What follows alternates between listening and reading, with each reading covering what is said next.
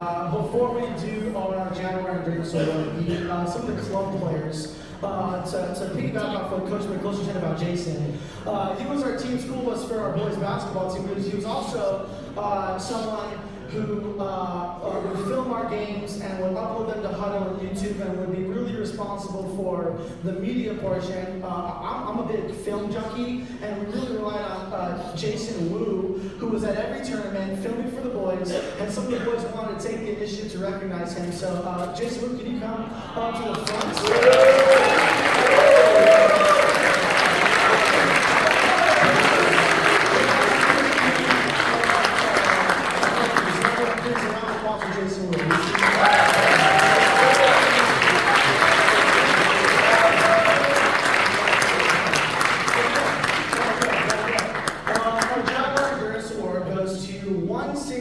Who we are unbelievably thankful for.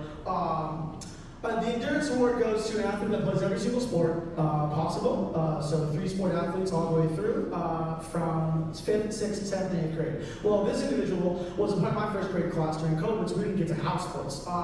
Ended up playing football, basketball, volleyball, and then club volleyball, and then just was at practices he didn't have to go to. Hey Ross, can I go to practice today? Hey Ross, can I go to practice today? He would tell me that he just didn't want to go to daycare, but I know that his kid just loves sports. Loves sports, is someone that just likes being out there. He's just one of the guys. And we are unbelievably appreciative of players like this. We only have one this year. We had, I think, 6 last year. We have one this year, and that goes to Daniel and Morgan.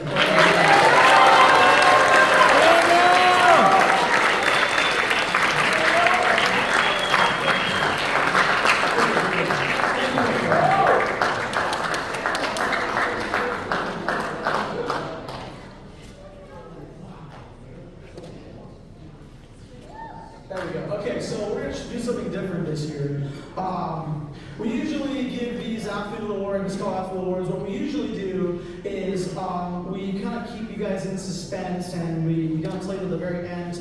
Me and Brian kind of talked about it, and you know, all of us here, Mrs. One included, have very nice things to say about these individuals. I decided that I want to say it to your face. I want to tell you why you're receiving this award, and I think it's more personable. I think that just goes with the kind of person that I am. So what we're going to do is we're going to invite our athlete of the years up first, and then we're going to invite our scholar athletes of the year up next. But can I have, for my athletes of the year, a very prestigious award we give out to high-achieving athletes. Can I have Wesley Wu and Sam Garcia?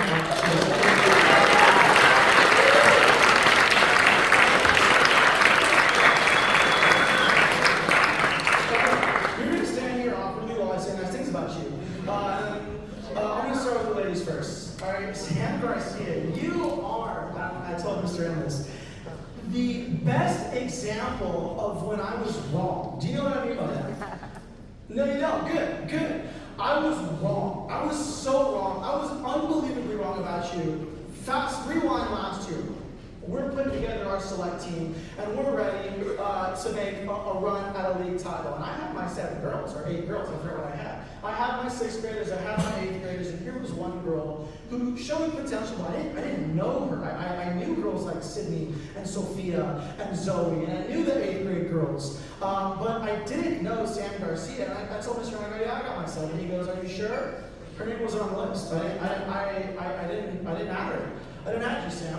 And he goes, you need to add her. And reluctantly, I was like, oh, okay. So we pulled her in when we announced the teams. We said, Sam, we don't have a position for you. We can't guarantee playing time. There may be times where we just don't touch the court. And we said, we want to offer you, and really Mr. Rand wanted to offer you a position because he saw potential in you to be a great player. And that's exactly, he was 1,000% right, and I was 1,000% wrong. I'm really old, and there's not a whole lot that I can do on the court anymore showing people how to play, but there's one thing that I can do, and that's still see talent, still see heart, and that is exactly what I saw in you, and I was like, dude, we gotta keep her. Yeah.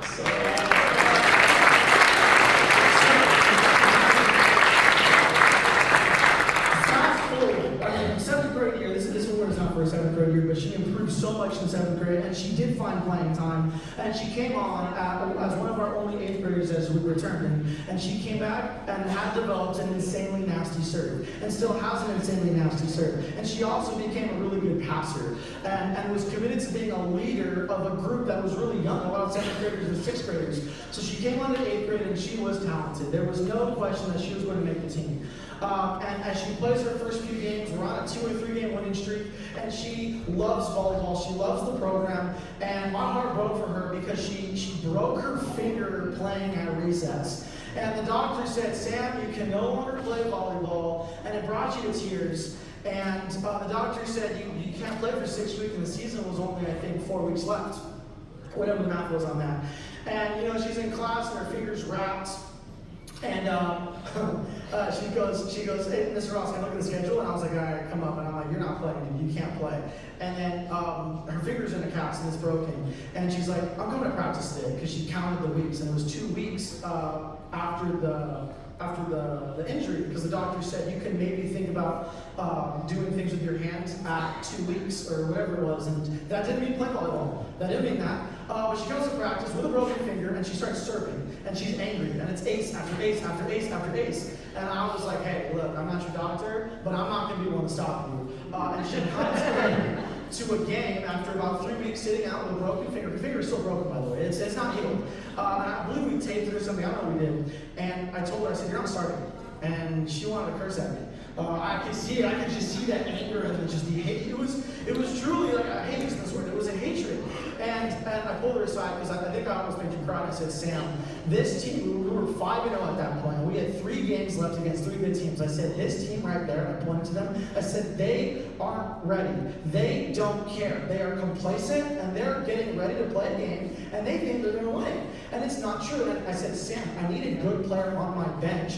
For when one of my players does get complacent, I'm going to yank him, and I'm going to teach him a lesson that not every game is guaranteed. And guess what? We go down by, I think, 3 or 4 points in the first set, and we have some players that aren't playing well. And Sam looked at me, and I looked at her, and she had a smile ear to ear. I said, Sam, get in there. She played the entire game, aced a bunch of people out, and then she ended up finding her role on the team every game after that. And I think that just goes to, you were mad at me. Do you remember that conversation? Yeah, you were so mad. But what I love and respect about you is the fact that you were able to trust me. And of anything that I appreciate out of all of you guys here is that you guys trust me to make decisions for you that you don't agree with.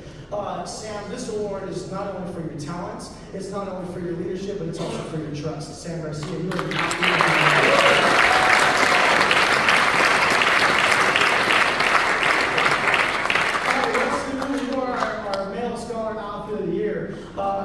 sorry, no, not Scholar. You're our athlete of the year. Yes, you can have that if you want.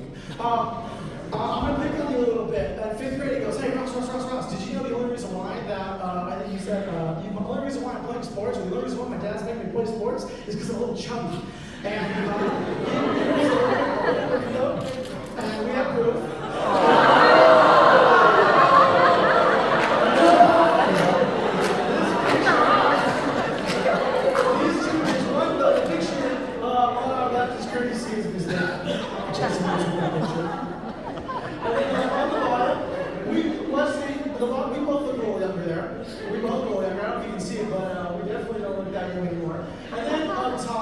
That's 6th grade when things kind of started to pencil out. Let's put it that way. You started to lock in. So Leslie Wu, I gotta tell you where this kid came from. He said, yeah, I gotta lose some weight. And then he also said, I want to go to training school. He said, my parents make me go to training school. I don't want to go to training school. I want to play sports. I said, okay. So I put him on Dylan McClister. He's here. I put him on his team.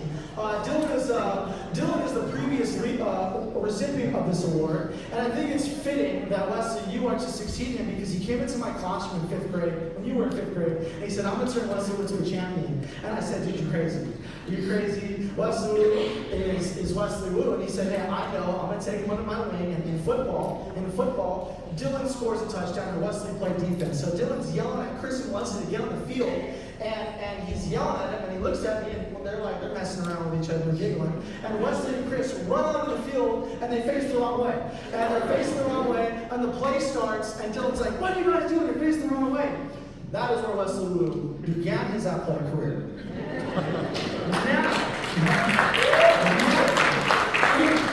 Wesley, I'm not making fun of you. Wesley Wu is a person who makes his dad say after practice, makes me say after practice, hey Ross, can you set me? I want to serve, I want to get free throws in.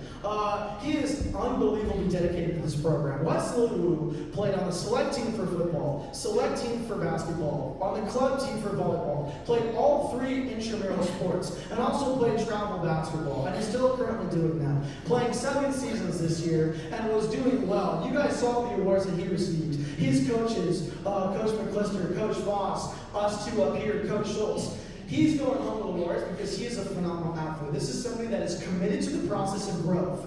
I have honest conversations with Wesley because he can handle it. He says, what do I need to work on? What am I bad at? And we have conversations, and I say, you're not good at this, let's work on that. And he's someone that in 2 weeks later is going to say, hey Ross, guess what? Look at this.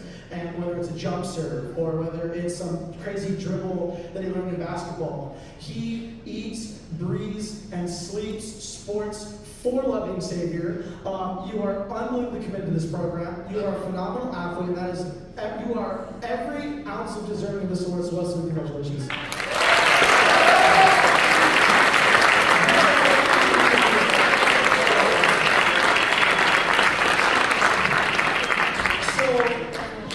Invite up our Scholar Athlete Year Awards. How this is going to work is I'm going to say some nice things about you, and Mrs. Wine.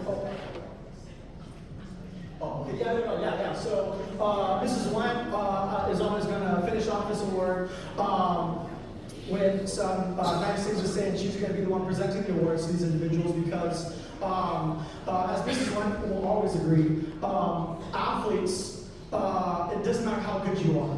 It's your character, it's your dedication to your grades, and that's what she eats, sleeps, and breathes, being a collegiate athlete herself.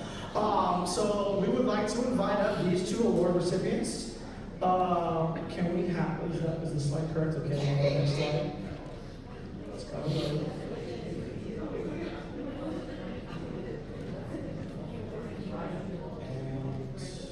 that's not it.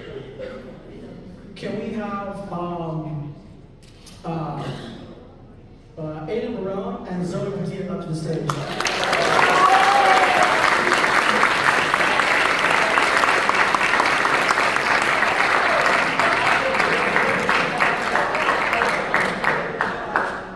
There we go. Okay. So I'm going to start with Zoe Padilla. Zoe, I promise you there are no embarrassing pictures on the next slide of you. There are no embarrassing pictures of you. I can't say the same thing around. Okay, so Zoe Padilla is someone who is unbelievably dedicated to our program and what we do. Just a testament to her dedication to this program. This week we had a Blue Court Revival Week and we raised it at $4,000, and we can't do it without certain individuals. And I'm not talking about, we're not talking about our coaching staff. We're not talking about our parent volunteers. We are talking about individuals like Zoe Padilla. She worked about 12 hours this week, 12 to 15 hours, selling, organizing, preparing. She was in at PE. She was doing her homework at home late at night so that she had the time to come in and sell and prepare. Unbelievably dedicated to the program. She's an extension of our coaching staff. Is an unbelievable leader. Also achieves academic excellence in the classroom, and she's an amazing athlete. Like I said, she came into this year wanting to try a new position, and there were growing pains to that. And there were times this year, and I don't know what it is with you, Zoe. I don't know what it is where, I don't know if you have something to prove. I don't know if you just hold yourself to a really high standard. You desire to be excellent, and the only person that holds yourself back from that is yourself. There were times at practice where, it's freezing cold or it's unbelievably hot, and we would be practicing and she'd be in tears. She'd be in unbelievable tears, like almost close to just deep sickness. We're talking like migraines. And I pull her to the side and say, you have nothing to prove to me. You have nothing to prove to Coach Schultz. She saw it more than I did at first. But you were there practicing because you wanted to get better. And I don't know why, but I'm so glad that we have a girl like you in our program, because that's how you have a winning culture is people who are literally dying of a headache, of sickness, and you're there. You're at every voluntary practice. You're shagging balls when we ask everyone else and they're all goofing off. There was nothing that we could ask of you that you couldn't do. You're a great setter. Our team is a different team when you don't play. It really makes a difference. You developed an amazing serve. You were already a good passer. You were a great setter. Coach and I think that you have the ability to be a great hitter. You just don't hit in games because you're setting. You're coachable. She also had a broken finger, and I said, you need to tell me when your finger's hurting because I need to yank you. And she goes, Ross, even if my finger's about to fall off, I'm never telling you. And she said, well, what attitude? I looked at Coach Schultz, and she nodded to me, and I was like, all right, she's going to play. And that's a testament to the kind of athlete she is. We wrapped her finger up at practice.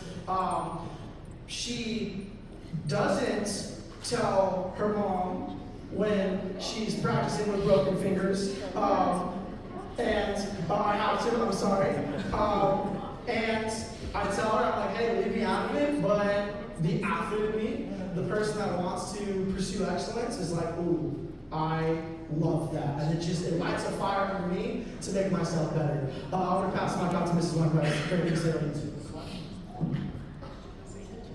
Oh yeah, this is good. Oh, okay. I will do that. And then, Aiden Barone. So, Aiden Barone had the privilege, yes, he had the privilege of having me in my first year teaching. Mrs. Weinberg at the ripe old age of 21, I just graduated, entered a teaching program. Thank you, by the way. Thank you for that. And Aiden Barone was excited when I was his teacher. He would never admit it. So these pictures are of him back in 5th grade. And on the far left, Aiden, do you remember what you said after we took that picture? Okay, I'm going to share it. He says, Mr. Ross, you've been teaching for 2 months now, and you haven't gotten any better. We had a running joke, and I knew, I had things in a time where he knew that I was new, and I knew that he was messing with me. He was also serious. He was not afraid to be like, hey, Mr. Ross, that looks great. Hey, Mr. Ross, I could use some work, and I love him for that. At the end of the season, at the end of the year, he started joking around and was like, hey, it's been 6 months now. Have you gotten any better? And I would be like, well, I'll let you decide that. On the last day of school, he goes, Mr. Ross, I had grades in the 5th grade, and you're a pretty good teacher. And I was in tears that day because that was my first class, and I let him go. But that's the kind of relationship that we have coming into 8th grade. This is the kind of relationship that we continue. Someone who I could literally lean on as a crutch to be a rock, to be a leader. I only had 2 8th grade boys play after having, I think, 13 to 15 boys play last year. And you are poised beyond belief. You are committed to this program. You did football, select and intramurals. You played club and intramural volleyball. Can I share that story? Bloody Mays. Okay. I'm all about growth. I love winning. We've been doing a lot of winning recently, not to toot our own horns, but I know that kids like Isaac Kloss over there, he remembers times where we didn't do a lot of winning. We didn't, and there were a lot of times where I told that class, I said, hey, if you want to win, you need to lose. If you want to be successful, you need to struggle. And Aiden Barone learned a valuable lesson. He didn't lose. He learned a valuable lesson. We were fighting for a first place spot in football. We were never going to get it because of how things worked out. We needed another team to lose and we needed to win. The other team ended up winning, but I didn't know. So I knew that if we won, we had a shot at first place. It didn't end up happening. And there was a lot of pressure on you, bro. And I apologize because I put that on you. And you put it on yourself, but I added to that. And we go into Emmaus, and we ended up losing by 10 or 12 points, and he dropped 2 touchdowns on 2 separate events, on 2 separate drives. And he came to school, and he was mad. And I couldn't talk to him. He avoided his parents, avoided his brother. And as the year went on, he'd be like, can I talk about it? I'd be like, can I talk about it? He'd say, no, we can't talk about it yet. So I'm glad you're able to talk about it. But, bro, you don't see what I see. What you see is, yeah, you blame yourself for that loss. I don't see it that way. You took a necessary step into becoming a great leader. You're going to do great things in this life. You're going to do great things in this world because of moments like that. Don't ever look at that moment and be like you're weaker. Because of it, you are so much stronger. You took that into club volleyball. You took that intramural volleyball. And you have developed this steadfastness, this poise, that I don't see out of a lot of kids. And Aiden Brown, that is one of the reasons why you're receiving this award. You are coachable. You show sportsmanship. You are an extension of me on the court. And dude, I want to miss you next year, man. I want to get the mic before I get emotional.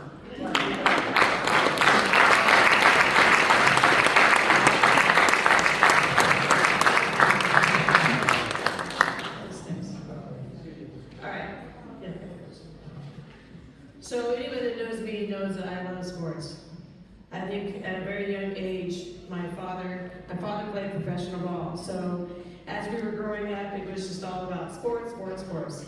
And being somebody who did compete competitively in college and obviously in high school, in track, I remember my dad always telling me the athlete comes second and the scholar comes first. And it's kind of like what you were saying about, Wesley Wu that stands out in a couple of these kids too. It doesn't come, just because you have a natural talent, doesn't mean that you don't keep working hard.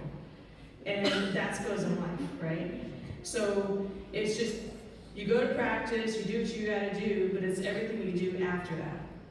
So it's working hard. I remember getting up at 5 a.m. every morning and running before school starts, right, with my dad. And I remember going to practice, doing all that stuff, and then still coming home and studying. And doing that day in, day out, 7 days a week, right? Obviously school I didn't go Saturday, Sunday, but I was still running, right? But your guys is cool to see, because it's cool to see that you are taking whatever is given to you, your God-given talents, and applying that, and not only inside the classroom, but always outside the classroom, through your athletics. So keep going and working hard. And like Mr. Ross said, when times get rough or you have an injury or things that happen in life, don't give up, right? What makes you stronger is, like he said, when you fail. Because the struggles are what get you through. So I'm very, very proud of you guys, because this is an honor, and you guys have earned it. So the way it works is each year we establish one female and one male in the scholar athlete program. And to become eligible, you have to be a 7th or 8th grader, and you have to play at least 2 seasons of the sports. And then you have to have above a 3.5, maintain a 3.5. And that's a lot, you're having a lot of practices and you're getting home late, and it takes a lot of tenacity to do all that. And then they had to write an essay. And their essay prompt was, what does it mean to pursue excellence as a Christian athlete? And so based upon your responses, we felt that you guys were the most well-deserved. So I'm honored to stand before you today to recognize and celebrate the outstanding achievement of our 2 Scholar Athletes of the Year. These 2 individuals have exemplified excellence both in the classroom and on the field, and they have truly set the standard for what it means to be a student athlete. Throughout your time at our school, these Scholar Athletes have demonstrated remarkable work ethic, dedication, and passion for both academics and sports. They have consistently maintained a high level of academic achievement while also excelling in their chosen sports, demonstrating exceptional time management and commitment to your goals. In addition to their academic and athletic achievements, these 2 Scholar Athletes have also shown great leadership qualities, served as role models for the peers in embodying the values of sportsmanship, teamwork, and perseverance. They have shown resilience in the face of challenges and have always strived to push themselves to be the best that you can be. I'm truly proud to have the opportunity to watch these Scholars Athletes grow and to succeed throughout their time at our school. Your dedication, hard work, and positive attitude have not only brought you personal success, but has also inspired those around you to strive for excellence in all that they do. You are the example. I have no doubt that these scholar athletes will continue to achieve great things in the future, both academically and athletically. I'm excited to see where your talents and determination take you, and I have no doubt that you will continue to make me proud. Congratulations to the 2 Scholar Athletes of the Year. Your achievements are a testament to your hard work and dedication. I have no doubt that you will continue to excel in all that you do. Thank you for being a shining example of what it means to be a true scholar athlete. Congratulations, we love you guys, and here are your plaques.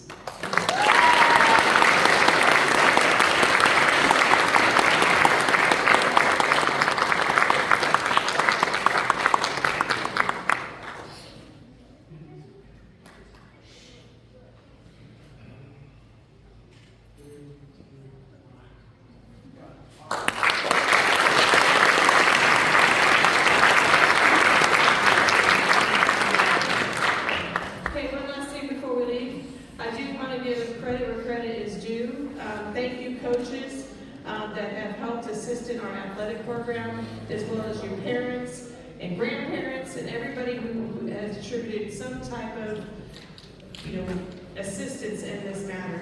And I want to give these 2 gentlemen, along with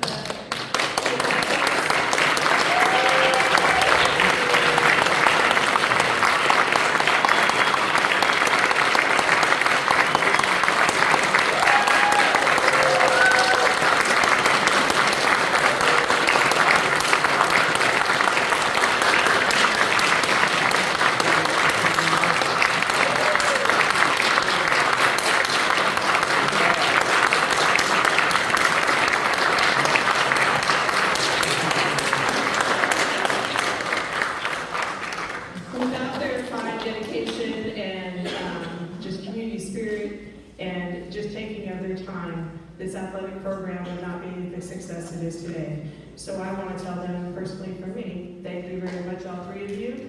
I love you guys, and I appreciate you more than words could ever express. And these guys are phenomenal. They're phenomenal, and I can't work with better, I just don't work with better people. They're pretty awesome people, and they've already recruited me apparently for track next year, so I got started into that. But I'm very excited about that. We are going to improve that relay like nobody knows. It's favorite race, so we're going to do that.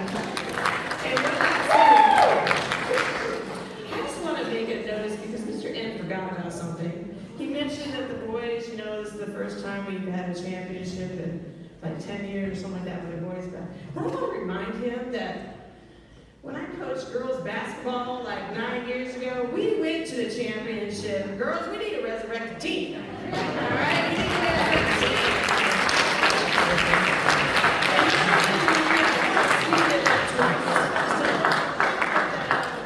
The girls were awesome. About 9 years ago, Mr. N forgot me my cute little pink whistle. And we kicked butt. So, anyway, I hope all you athletes, congratulations on all your achievements. It's always nice to see all of y'all getting the recognition that you have earned and you are well deserved. And are there any announcements before dinner or anything like that? Well,